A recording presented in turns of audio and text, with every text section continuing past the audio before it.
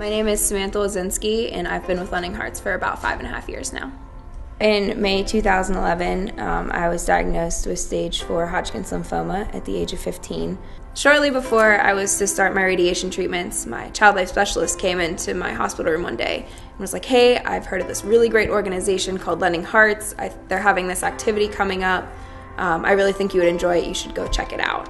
And from there I was like, yeah, that sounds like really cool. My mom was with me and they were going to see a show at the O'Reilly Theater called Red, and I was like, that's like one of my favorite things to do. I love going to see shows. I was like, I definitely want to get involved and see what this is all about. I first met Samantha when she came to our very first Lending Hearts programming activity. And at that time, Samantha was in the middle of her journey and experiencing all that she was at that time. And we were able to escape our current everyday situations by taking in a theatrical performance and putting our minds into that experience and leaving everything else behind. And that's when I really felt this is what Lending Hearts is here to do. So when you're going through something as challenging as cancer, it's definitely really easy to get lost in kind of that whole setting. Like, that becomes like the focus of your life. I mean, your second home becomes the hospital. The doctors and nurses become your friends, and Lending Hearts, it gives kids something to look forward to that's not that. The primary and initial focus of Lending Hearts programming was to offer consistent programming activities each month that were free and accessible for the children and their families. It would allow them to always have something to look forward to and keep them engaged. So by far my favorite activity that I've gotten to do with Lending Hearts actually just happened a couple months ago. I got to participate in a ballet with a ballet company from Pittsburgh called Bodyography. And 1, and 2, and 3, and 4, and 5, and 6, and 7, and... The beginning of working together with Bodyography came simply from an idea of Maria Caruso's that we met to discuss about, and it took off from there. When I met Vaso and when I learned about Lending Hearts, I became incredibly excited about the idea of engaging with children who have these heroic stories about fighting cancer and allowing them the opportunity to kind of fulfill that opportunity of telling somebody their story through their own movement, through their own body and their own physical self. What was very exciting about this particular ballet and vision was that those who the ballet would be advocating for were actually going to be in the performance itself. And I think that was a special treat for not only us, but for Bodyography as well. And it took the experience to a whole nother level, as opposed to having professionals tell the stories by themselves. Now they're accompanied on the stage side by side by the person who lived it, who experienced it, and they brought it together, and they brought it to life together in a whole new artistic way now for the public to be a part of and to feel. From the moment that I stepped into Bodyography, I didn't think that I was going to have to dance. I was like, oh, I'm just going to tell them my story, they're going to perform it, it's going to look beautiful. And I found out I had to dance, and I was like, deer in the headlights. I was like, I don't have dance experience. I'm really excited because this is the first time Bodyography has ever put a participant, and more importantly a child, on stage telling that really heartfelt and intimate story about themselves. And we kind of formed a thought out plan for ourselves to see if this is something that could really come to be. And as time was moving forward, we fortunately saw that it was going to happen. And then, okay, what were the next steps? And the next steps from there. And it turned into not only a special 1-month activity, but it was the rehearsals that led up to that big finale in the end.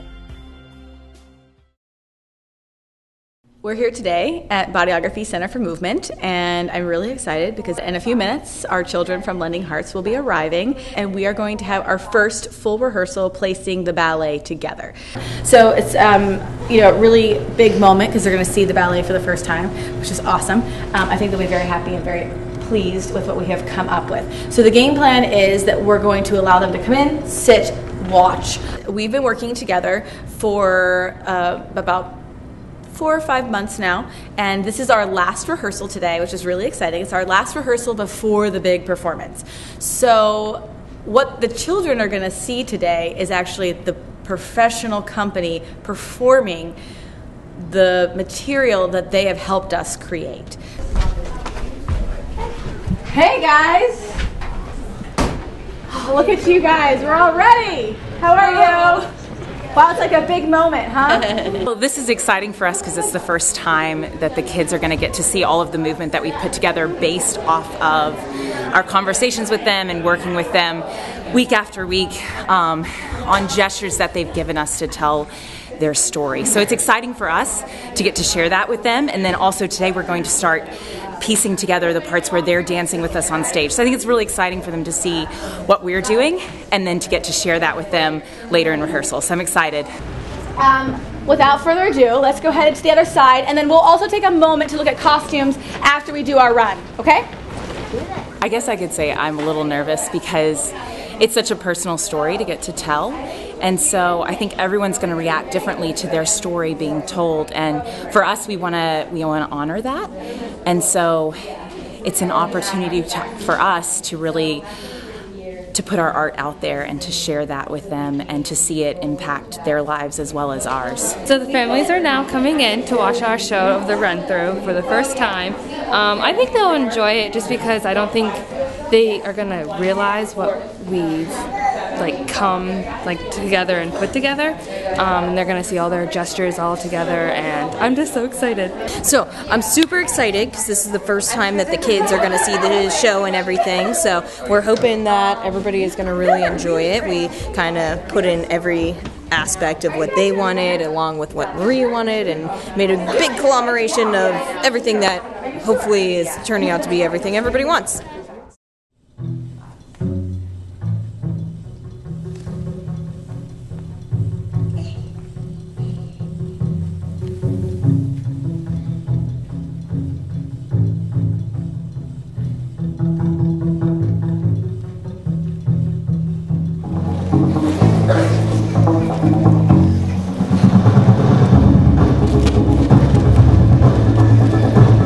Music was upbeat and it was empowering and it was everything I wanted it to be. It was really upbeat and just kind of light and playful, and I think that was a great way to go about it because these kids are telling these stories that at times can be so dark and scary, and really focusing on the positives of where they are now and what all they've overcome, and putting that into dance and just kind of saying, yes, you went through all these bad things, but here's where you are now, look how far you've come, and just how positive and uplifting that can be.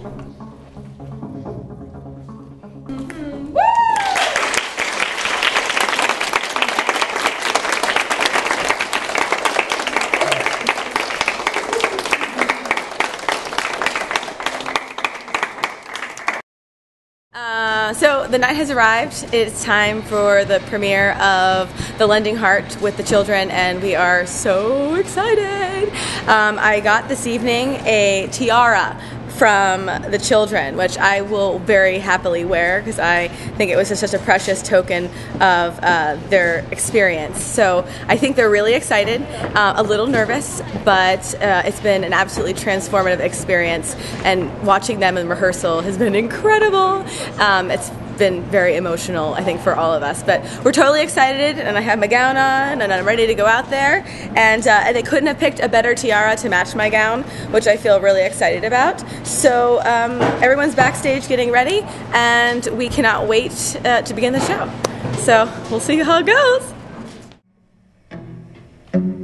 My name is Samantha, and I like to play with toys. My name is Jamie Gary. I love to dance and read, and I love my family very much. My name is Morgan Young, and I play softball, and I like to do crafts. My name is Julia Parks. I like horseback riding, playing video games, and hanging out with my friends. I'm Akio Bomba, and I love art projects and science. My name is Samantha Wilczynski. I love singing, animals, Disney World, and I have a passion for working with children. My name is Olivia O'Neill, and I love the beach, Disney World, and Pinterest. They wanted to tell the world what happened and how come they feel so good now. This fighting, this war that they had with this disease is now gone. When each of these unique stories came together to form the ballet, it was like our own web coming, and we intertwined with one another because we had those similar connections, but it's still each person was unique in their own way. And you see that in the performance because each of their own movements, nobody has the same movements, and it's because it goes back to their personal stories. But when it all comes together, it tells the same story.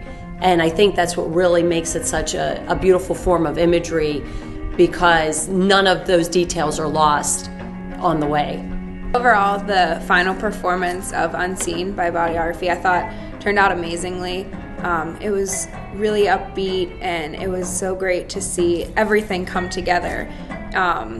When we first started, I had no idea that that is what it was going to turn out to be.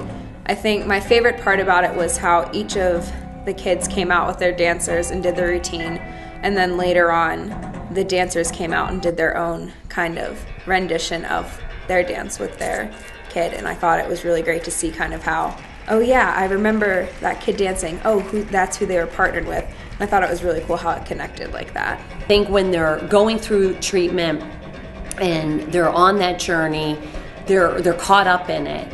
And to think that at the end of the road, you're going to be dancing on stage, I don't think anybody would have ever thought for a second. I certainly never thought for a second.